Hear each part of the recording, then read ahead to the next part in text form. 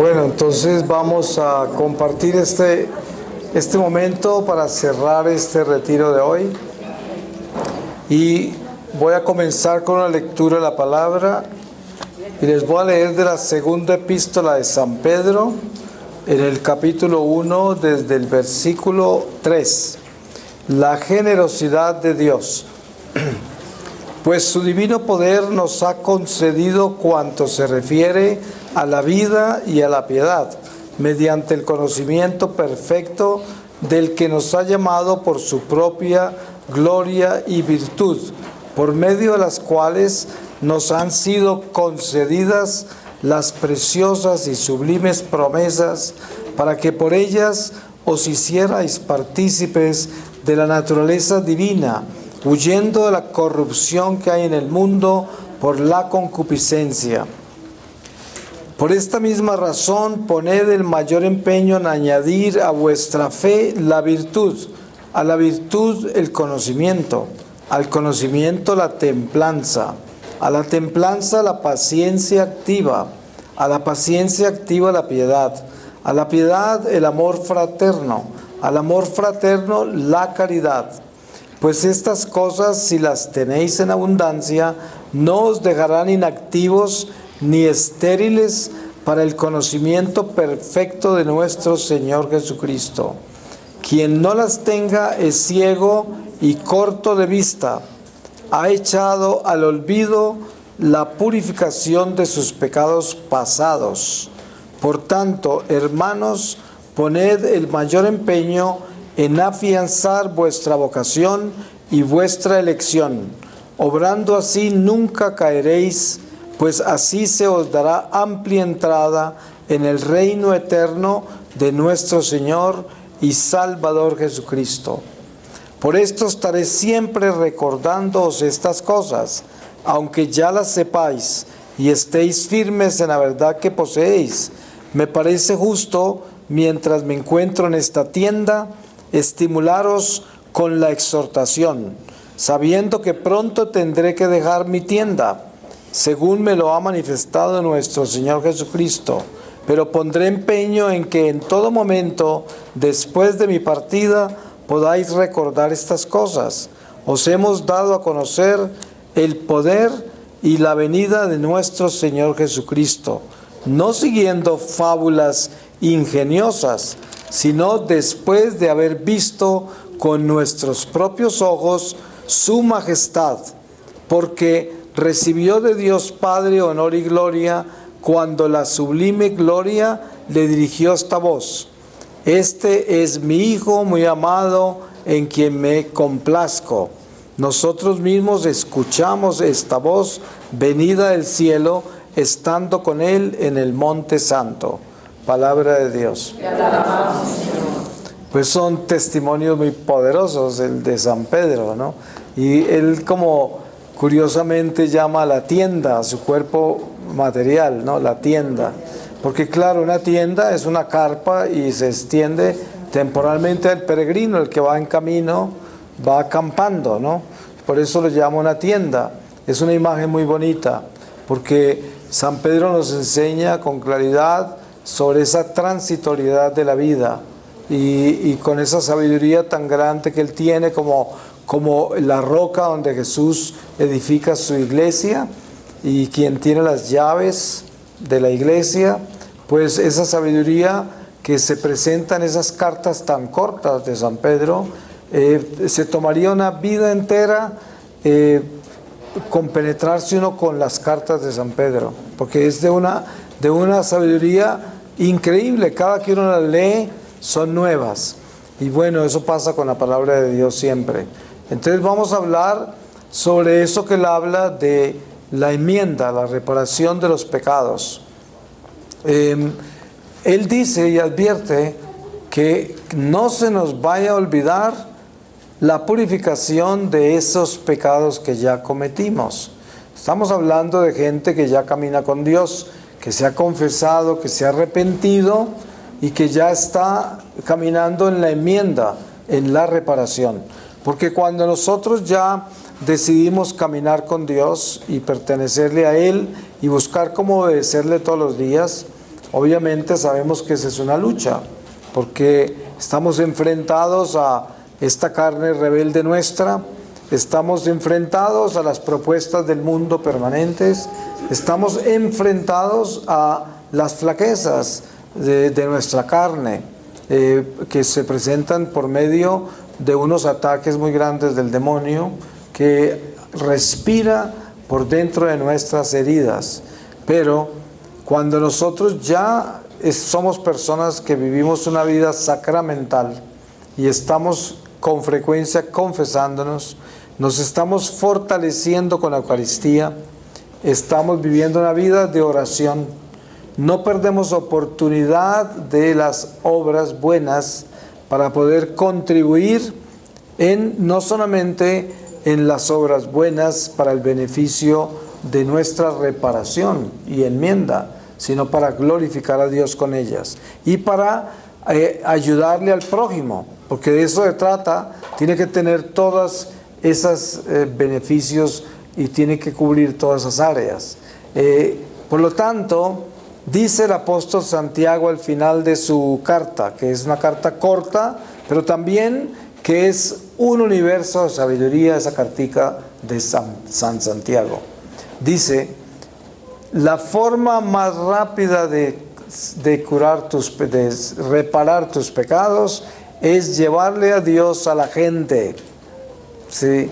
Entonces, des en cuenta, no todas las veces nosotros tenemos la oportunidad de salir de misión a predicar como lo hago yo. A cada uno nos llaman de una forma diferente, pero es que llevarle a Dios a la gente es lo que yo les ponía como ejemplo hoy de lo que es bendecir una comida en un restaurante, ¿no? Usted le sirven su comida y está en un restaurante con mucha gente y usted bendice su comida y reza y todo. A usted lo está viendo mucha gente, ¿sí? ¿Qué está sucediendo en este momento? Usted le está llevando a Dios a todo lo que lo está mirando. Usted no lo está haciendo por vanidad ni por dárselas de religioso, sino que usted sinceramente bendice su comida para que no lo envenene, ¿no?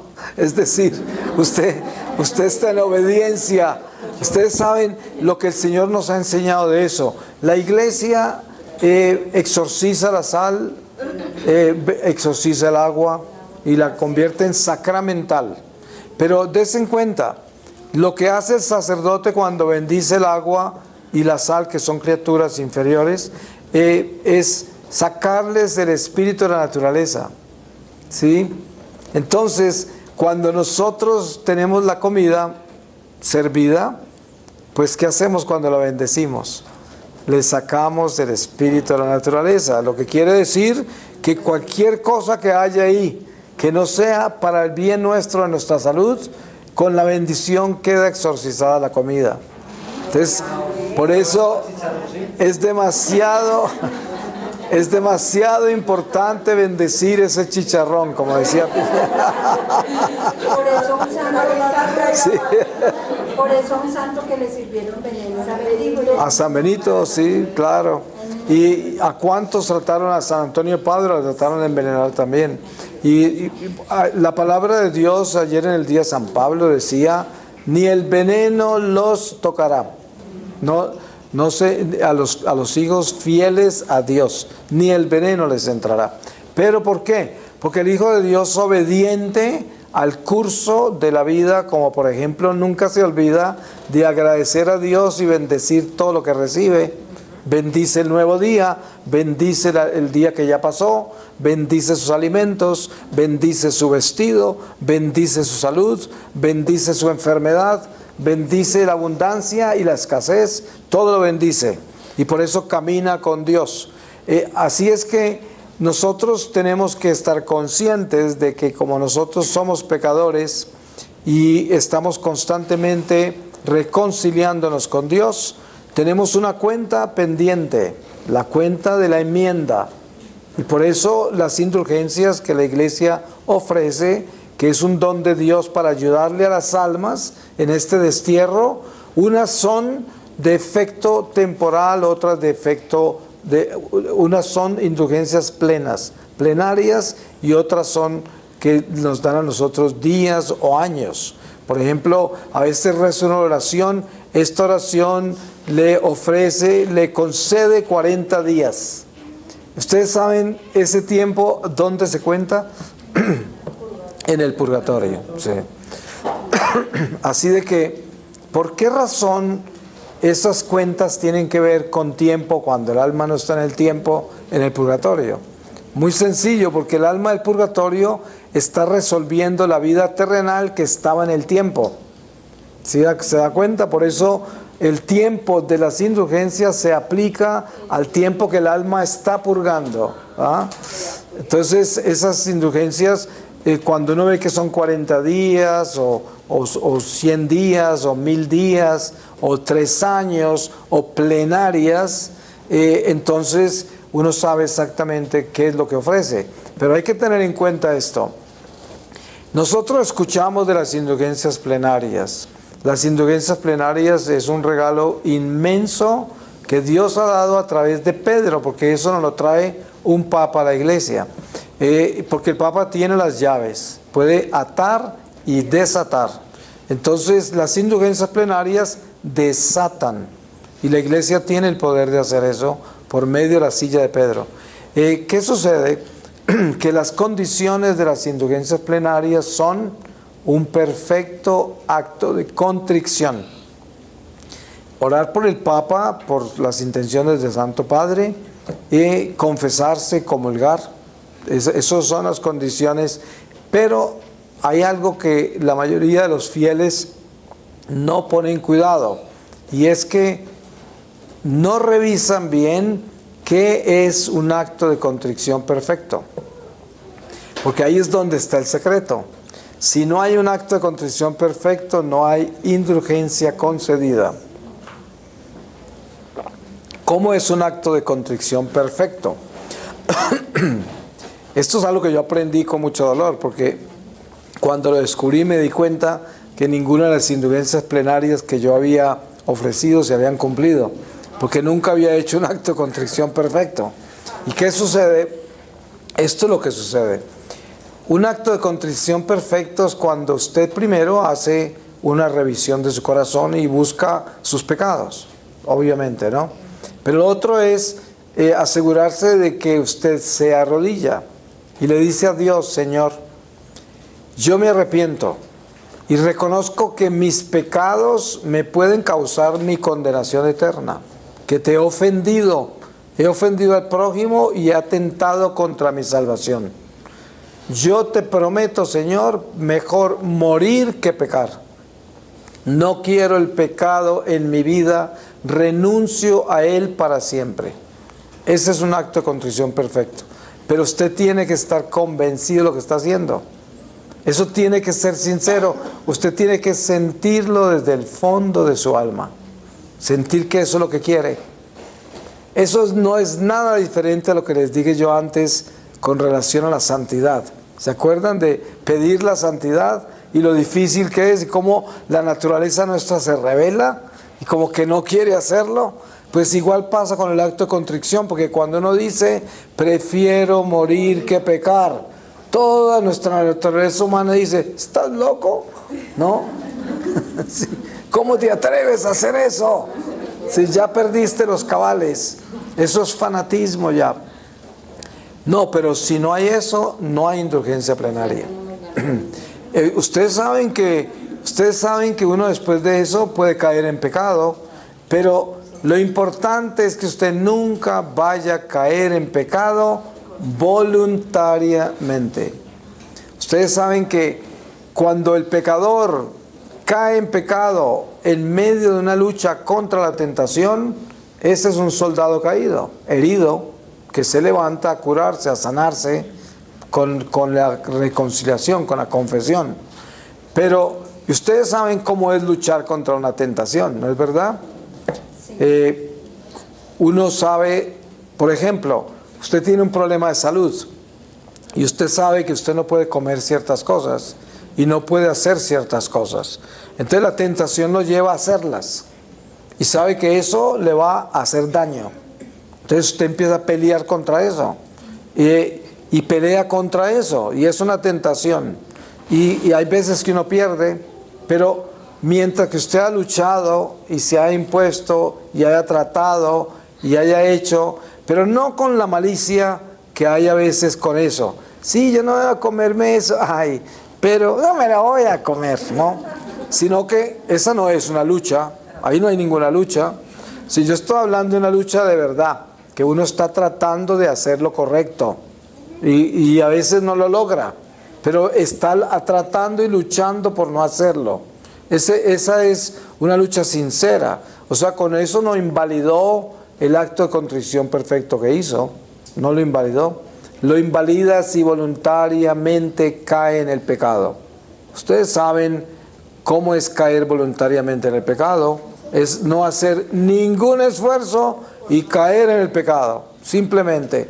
Entonces en eso, ahí sí, usted se disminuye como ser humano en Dios, se disminuye.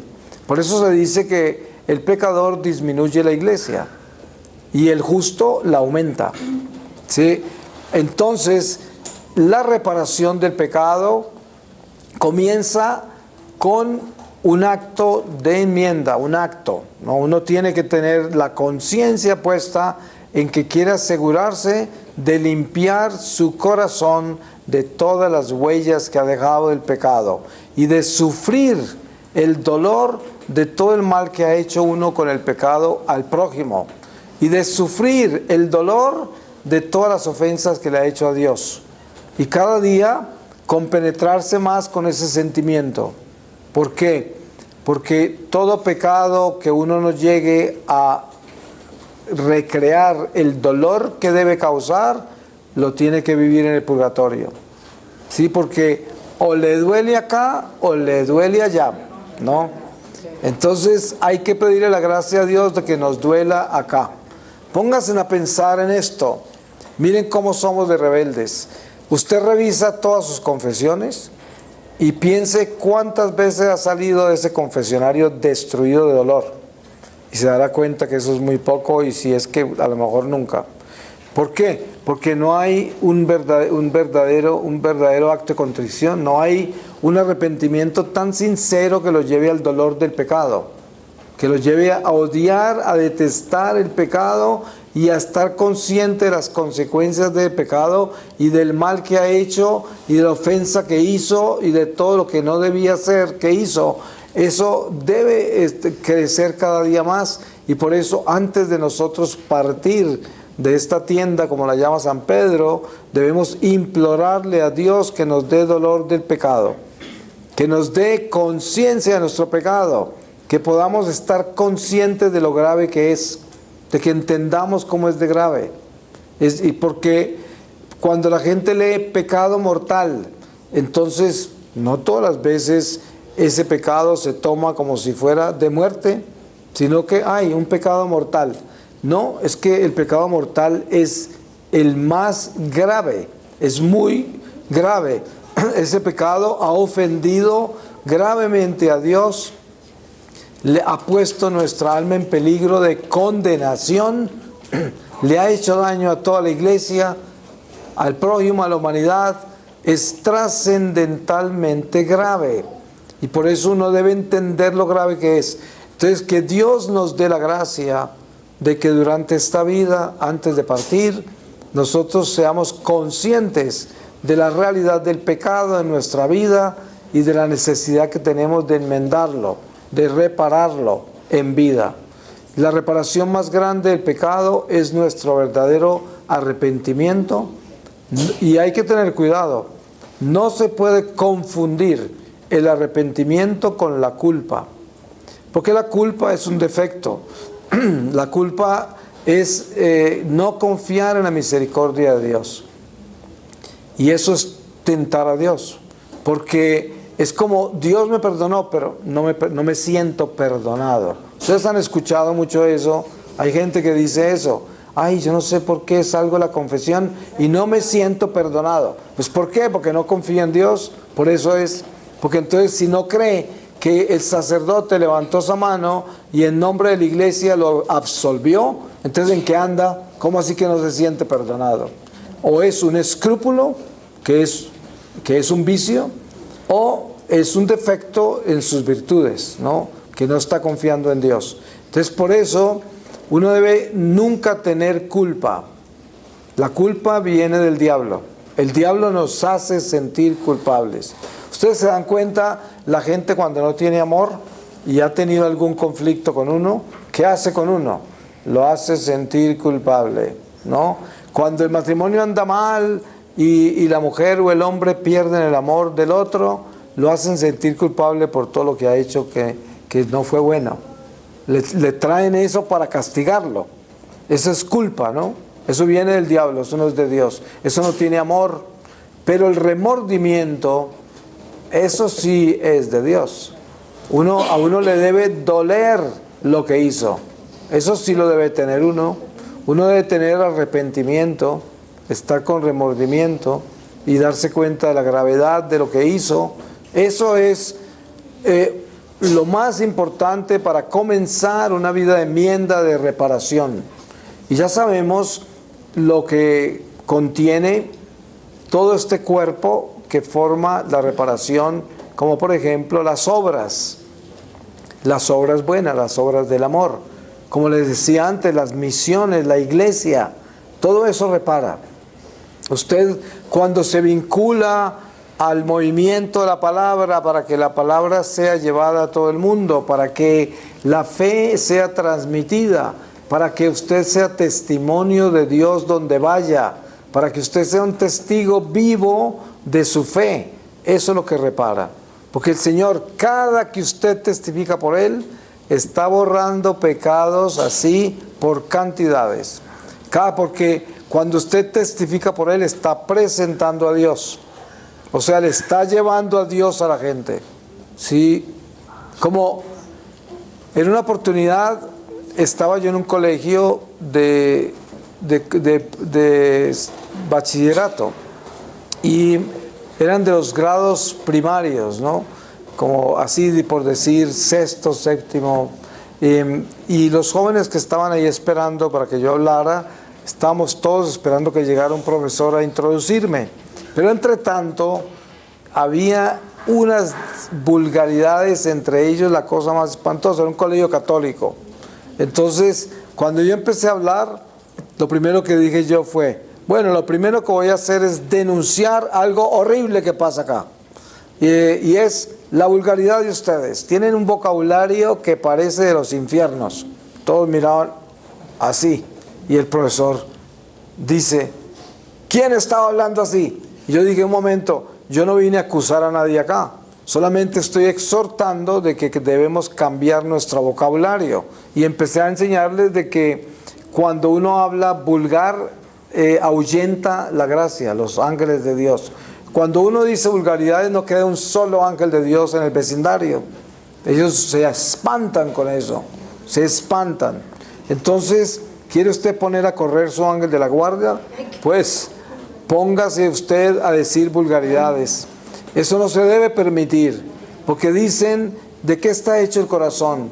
De lo que sale de tu boca, de eso está hecho. Y hay gente que justifica las personas, dice, ay no, es que esa es la cultura, así hablamos acá. Dice, pues más vale que lo vayan cambiando, porque si llegan hablando así ante el Señor, eso les va a costar, pero mucho tiempo de purgatorio, mucho tiempo, porque todo lo que sale de nuestra boca está en el libro de la vida, todo, cada palabra. Entonces, ¿cuántas personas se confiesan de lo que les salió por la boca? Casi nadie se acuerda de eso. Los pecados de la lengua casi nunca son llevados al confesionario. La gente, como es la cultura, como es la costumbre, como así somos todos, entonces se supone que eso no es pecado. Pero resulta que esas vulgaridades tienen un efecto gravísimo en el ambiente.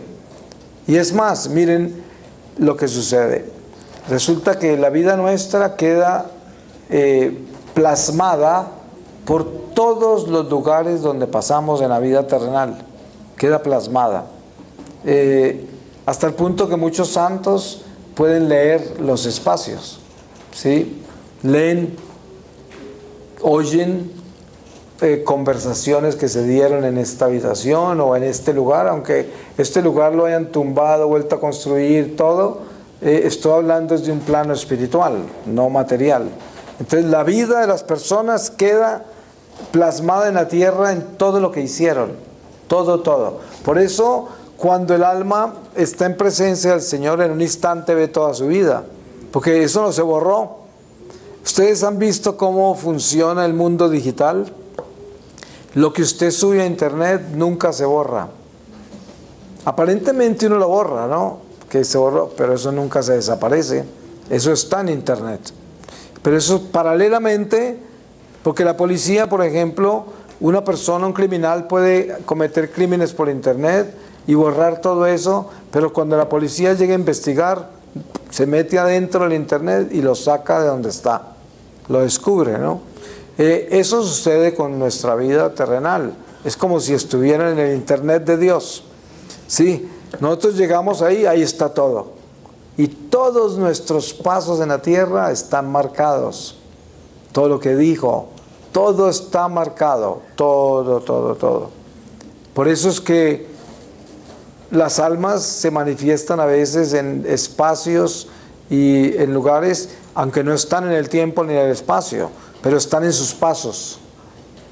Sí, están en sus pasos. Están en sus acciones. Esas acciones quedan plasmadas, quedan marcadas. Entonces, claro, el alma aparece en la acción, no en el espacio. ¿Sí? Es un poquito confuso, pero yo creo que ustedes entienden, ¿no es verdad? Sí. Un alma no puede aparecer en este cuarto, porque ese cuarto ni lo ve, no existe para el alma. El alma no está en el tiempo ni en el espacio, pero sí aparece en la acción. Aparece en lo que vivió, en lo que dijo, en lo que hizo, ahí aparece en esa acción. Y si esa acción ocurrió acá, pues ahí se manifiesta. Pero no es porque esté manifestando en la cocina, sino que es que la acción fue ahí. Y puede que hayan tumbado el edificio, construido otro y todo, pero en ese lugar donde fue la acción, ahí se manifiesta el alma, si no ha solucionado eso, ¿no? Entonces, es importante entender lo delicada que es nuestra vida. Esto no es un juego, esto es algo delicado. No para tener miedo, sino para tener vigilancia. Porque no hay nada por temer, pero todo por vigilar. Y esto lo debemos tener claro. Miedo no debemos tener si estamos con Dios, si caminamos con Él, si somos hijos de la luz. Pero sí debemos tener permanente vigilancia en todo, en lo que decimos, en lo que pensamos, en lo que sentimos, en nuestras pasiones, en nuestras intenciones, en nuestra forma de proyectarnos. En todo. Mire, hasta los sueños usted debe cuidarlos. Si usted sueña algo malo, levántese y asegúrese de pedirle a Dios que le borre ese sueño de su memoria y no se lo cuente a nadie. Yo le digo a la gente, no cuente nunca un sueño malo. ¿Para qué? Ya es suficiente que usted lo haya vivido. ¿Por qué se lo va a dar a otro? A mí cada que alguien dice, no te imaginas lo que soñé, dice, no me importa. A mí no me lo... Exorcícelo. Sí. Yo no tengo necesidad de escuchar las barbaridades que se soñó alguien, una pesadilla, no. ¿Te imaginas? Eso es transmitir veneno, ¿no? Es suficiente que uno haya vivido un sueño malo, suficiente. Arrodíllese y límpiese con la sangre del Señor y pídale que le borre la memoria de ese sueño. Entonces hasta en eso nos tenemos que cuidar, hasta en eso. Y muchos sueños malos son producto de una indigestión. Es verdad, porque miren que la mente es como un laboratorio de videos. Todo lo convierte en un audiovisual, la mente nuestra. Entonces a veces, miren, cuando nosotros estamos despiertos, estamos filmando y grabando todo lo que vivimos cada instante. Usted, aunque no esté mirando por las calles donde va, la mente sí tiene todo grabado, filmado, todo lo que hay alrededor, lo bueno y lo malo, todo. Por la noche, cuando uno se acuesta, la mente por sí misma organiza todo eso y lo resuelve. Entonces uno dormido ve unas películas rarísimas y están relacionadas con la vida que uno vivió ese día, o esa semana o como fuera, es una película que está ahí y se organiza por sí misma. Por eso el descanso es tan importante, descansar, reposar, y por eso es tan importante orar antes de acostarse, porque así tiene uno salud interna y la mente puede acomodar todo. Entonces, las cosas negativas, cosas que impactaron mal, la mente las organiza y las coloca donde pertenecen o las desaparece. Las cosas buenas y todo las utiliza, las tiene para beneficio. Y esto todo se manifiesta en sueños. Entonces, por eso los libros sapienciales dicen, no interpretes tus sueños. ¿Sí? Hay personas que están seguras, pues, de que el sueño que tienen, eso es la realidad. No, no es. Hay momentos en que hay realidades espirituales con los difuntos. Y la gran mayoría de las veces tienen sentido espiritual y son más que todo como visiones. Los difuntos se manifiestan por medio de los sueños. Es más, cuando un difunto aparece en un sueño, la bendición de ese sueño es que ese difunto no se condenó. Porque los condenados nunca vuelven a aparecer. Un condenado no se lo sueña ni el diablo, nadie.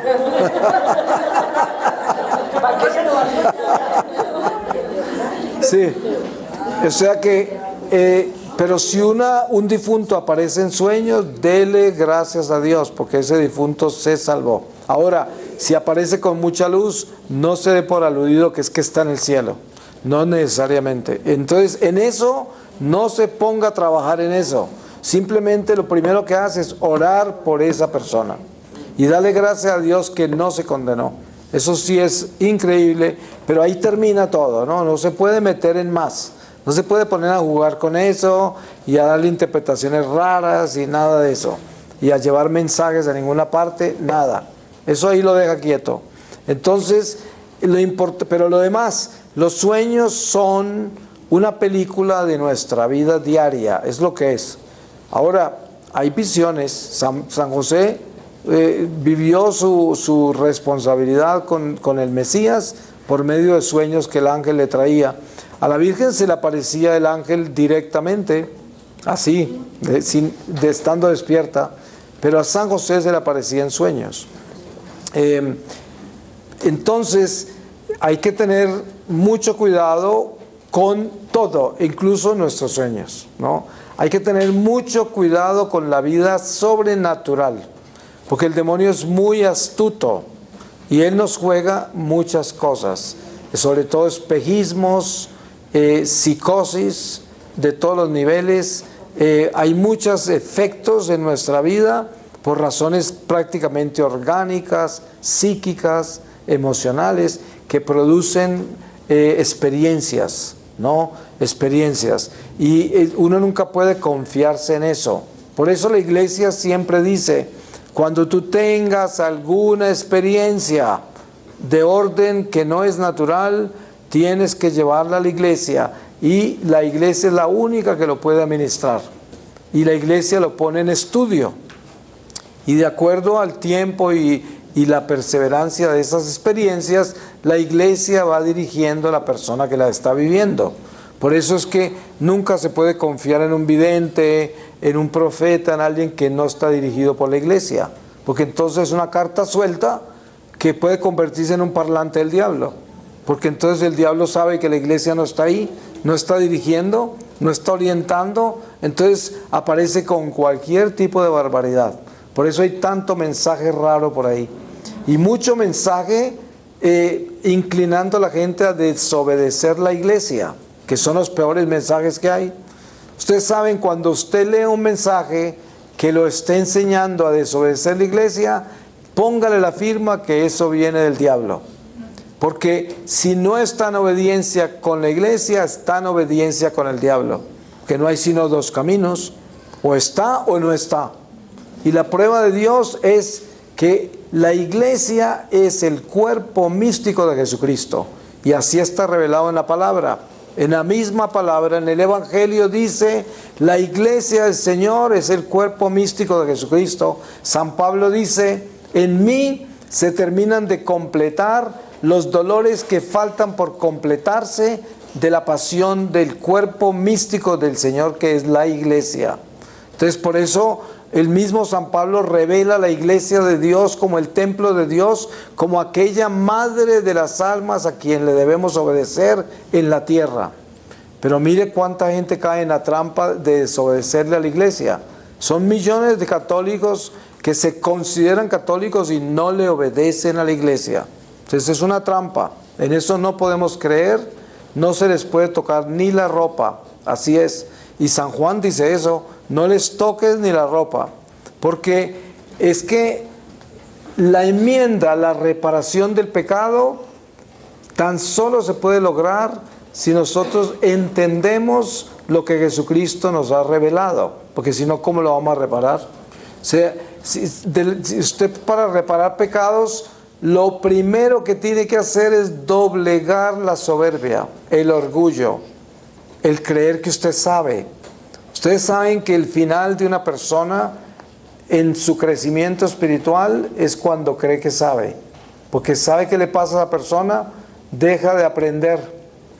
Porque si usted cree que sabe, entonces ¿qué pasó? Pues ya no aprende nada más porque ya sabe todo. ¿Sí? Muchas veces eso le pasa a los sacerdotes, a los teólogos, religiosos, que creen que ya saben mucho. Entonces, si alguien viene a hablar de Dios y todo, ahí no están, porque ya saben todo. Entonces no les interesa escuchar nada, porque nadie puede traer nada nuevo, nadie. Ya todos lo saben, todos lo aprendieron. Es el final de la reparación, porque miren que el llamado a la reparación es la humildad, la pequeñez, como hemos estado hablando hoy. Uno no puede reparar sus pecados si no se vuelve chiquito, si no se arrepiente, si no se vuelve humilde, si no entiende de que es miseria, pecado, y de que tiene que estar con la cabeza agacha, atendiendo a Dios y reconociendo quién es. Nosotros somos un potencial de maldades si no nos cuidamos, y un potencial de bendiciones si somos obedientes.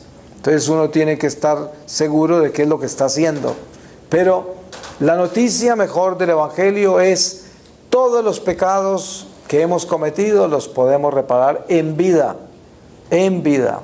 Y esto es una gracia muy grande. Hay personas que dicen: ¿quién se puede salvar del purgatorio? Cualquiera de nosotros se puede salvar del purgatorio. Cualquiera de nosotros. Hay defectos que de repente no lograremos perfeccionar en esta vida antes de la muerte, pero para el Señor lo que importa de su defecto es su intención. Cuánto odia ese defecto, cuánto renunció a él, cuánto le imploró a él que lo sanara o la sanara de ese defecto. Eso es lo que importa. Porque si usted lo hizo con sinceridad, al final de esta vida el Señor le completa lo que le faltaba y le evita purificarlo, porque Él se lo purifica.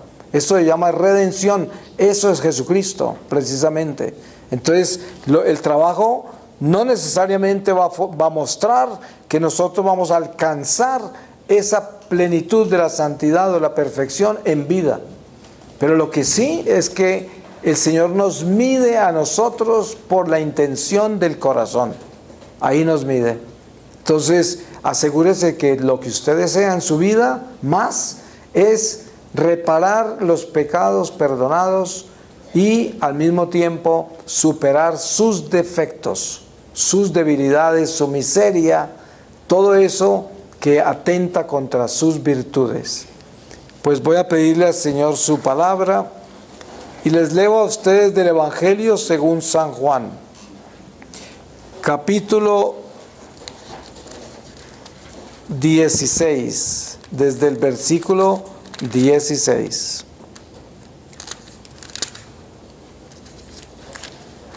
Y dice: anuncio de un pronto retorno. Dentro de poco ya no me veréis, y dentro de otro poco me volveréis a ver. Entonces algunos de sus discípulos comentaron entre sí: ¿qué es eso que nos dice? Dentro de poco ya no me veréis y dentro de otro poco me volveréis a ver y me voy al Padre. Y decían: ¿qué es ese poco? No sabemos lo que quiere decir. Se dio cuenta Jesús de que querían preguntarle y les dijo, ¿de qué querían preguntarle? Y les dijo, andáis preguntándoos acerca de lo que he dicho. Dentro de poco no me veréis y dentro de otro poco me volveréis a ver. En verdad os digo que lloraréis y os lamentaréis y el mundo se alegrará. Estaréis tristes, pero vuestra tristeza se convertirá en gozo. La mujer cuando va a dar a luz está triste porque le ha llegado su hora, pero cuando ha dado a luz al niño ya no se acuerda del aprieto, por el gozo de que ha nacido un hombre en el mundo. También vosotros estáis tristes ahora, pero volveré a veros y se alegrará vuestro corazón, y vuestra alegría nadie os la podrá quitar. Aquel día no me preguntaréis nada. En verdad os digo, lo que pidáis al Padre os lo dará en mi nombre. Hasta ahora nada le habéis pedido en mi nombre. Pedid y recibiréis para que vuestro gozo sea colmado. Palabra de Dios. Pues le damos gracias a Dios por este día de reflexiones, la oportunidad que nos dio de vivir en comunidad, compartiendo estos misterios de la fe, y podíamos dedicarle unos pocos minutos a preguntas si usted